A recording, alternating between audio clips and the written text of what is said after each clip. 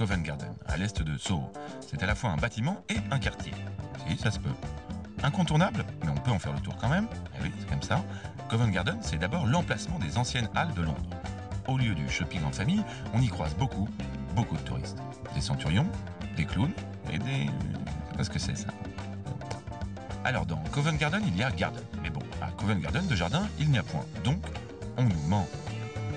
Alors, il se rattrape avec des alignements colorés de brouettes et étals de marché dans le hall nord, collectivement appelé The Apple Market. Le marché aux pommes dans lequel vous ne trouverez pas de pommes. On nous ment encore. Mais rassurez-vous, des centaines d'artistes et artisans tournent à Covent Garden afin que les étals changent chaque jour. Et s'il y a bien une chose qui ne ment pas, c'est l'art. Alors que les cochons, eux... Pardon.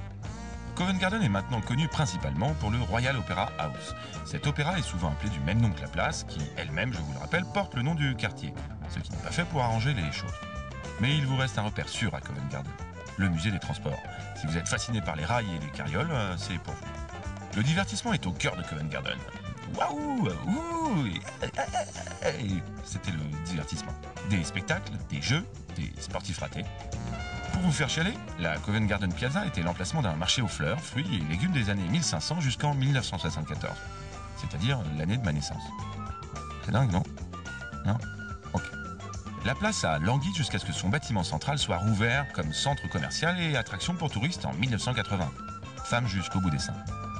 Depuis 2005, à Covent Garden se trouve The Avenue of Stars, la réponse de Londres à la promenade d'Hollywood. On peut donc maintenant profiter de Covent Garden seul ou accompagné de son meilleur ami.